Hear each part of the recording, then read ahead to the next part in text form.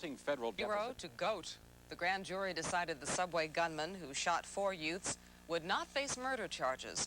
He became a GOAT when it was discovered he'd shot 2 of them in the back and had told one youth who'd been shot, "You don't look so bad. Here's another." He's facing other charges. Other cases now from 1985. This year, Klaus von Bülow faced charges for the second time that he tried to murder his heiress wife, Martha, nicknamed Sunny. In the first trial, von Bülow was found guilty, but the decision was overturned on a technicality. After weeks of detailed medical testimony from defense and prosecution doctors and testimony from von Bülow's former mistress, the jury had a verdict: not guilty. That meant von Bülow has control of his wife's money, something that outraged Sunny's children. They announced they will sue their stepfather in civil court for $56 million. The news media were in court this year fighting charges that they wrecked reputations by using falsified facts. In 1982, Time magazine published a report that former Israeli Defense Minister Ariel Sharon encouraged a 1982 massacre of Palestinian refugees in Beirut. Sharon sued and demanded $50 million in damages. The federal jury found the report false and defamatory, but not libelous, because Time didn't realize that portions of the magazine article were apparently made up by the reporter.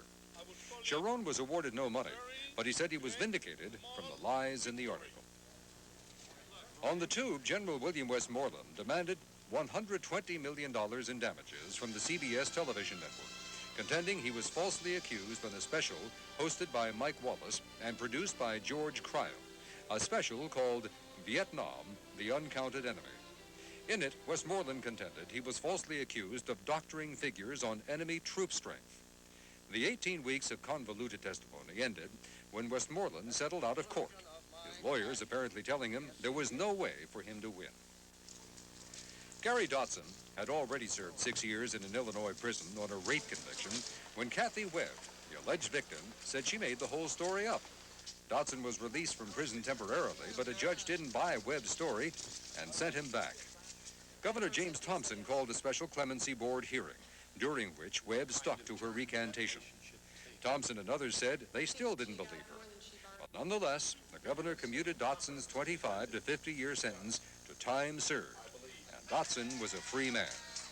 Webb promised to give Dotson proceeds from her life story, which could become a television special in the near future. For the Year in Review, I'm Rolf Wenge. On the money front, OPEC found it could not hold up the price of oil and ended its production and price restrictions. GE and General Dynamics both ran afoul of the government. They were charged with overcharging and cheating on defense contracts. And it was even easier to hate the IRS this year, as computer problems held up refunds for months. But when it comes to business, 1985 will be remembered as the year of the merger. It was a year of big deals in business, with mergers and takeovers involving tens of billions of dollars.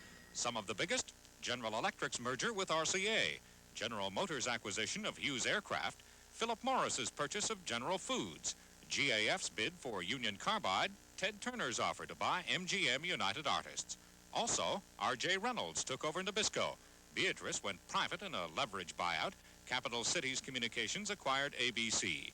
Some deals remain up in the air, like the bids by Carl Icahn and Texas Air for TWA. And some deals fell through, like Ted Turner's $5.4 billion bid to take over CBS. Those takeovers and other factors like lower interest rates triggered a year of feverish activity on Wall Street. The Dow Jones Industrials broke through the 1,300 mark in May, broke 1,400 in November, and 1,500 in December, a startling advance. Investors say the market could top 1,800 in 1986.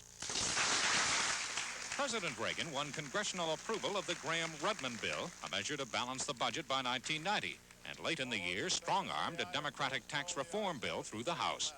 General Motors announced a new division called Saturn and said it was building a $3 billion automobile plant.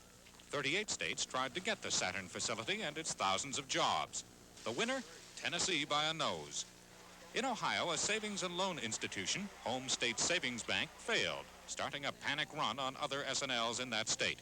The governor closed all 70 S&Ls until they could get their financial houses in order with federally backed guarantees. Finally, a masterpiece of executive misjudgment or the best marketing ploy in history.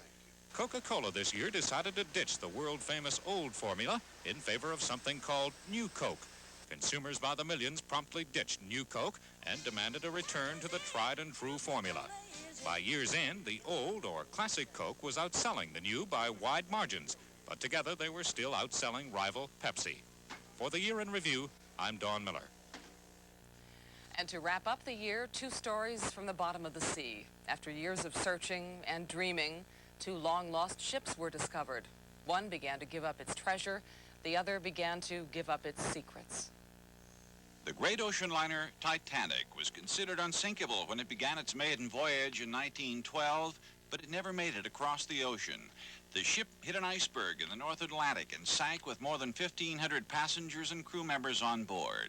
For nearly 75 years, the Titanic rested in its unknown grave deep under the icy northern seas.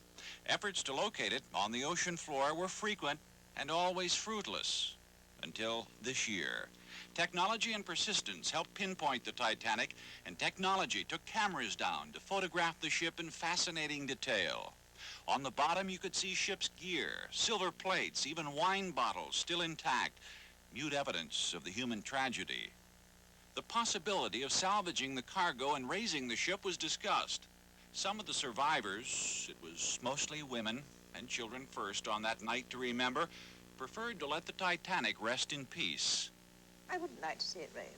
As far as I'm concerned, it's my father's grave. And for that reason, I'd rather it was left. The whole thing I've lived with it all my life, and it's so horrific, the sight of it going down and the sound of all those people drowning. I don't want to see it again. For most people, dreams of finding buried treasure remain only dreams. Mel Fisher proved this year that dreams can come true, but you really have to work at it. It seems like we go about 5 years of hunting and plotting and running out of money and getting awful tired and getting very monotonous and boring, and then every 5 years we make a big find and bring in a few more million, you know. In the year 1622, the Spanish treasure galleon Nuestra Senora de Atocha sank in a storm off the Florida Keys. Fisher found records of the ship and its cargo in Spanish archives and spent 17 years trying to trace its course to the place where it sank. The needle in a haystack search incredibly paid off. Fisher's divers brought up bar after bar of silver, gold coins, precious stones, and enough valuable artifacts to fill a museum. Estimates of the value ran as high as $400 million. For a one-time poultry farmer, that's not chicken feed. For the Year in Review, I'm Steve Schatz.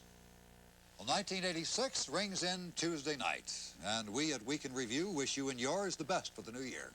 Bob and I return next Sunday for the Week in Review. Until then, happy holidays.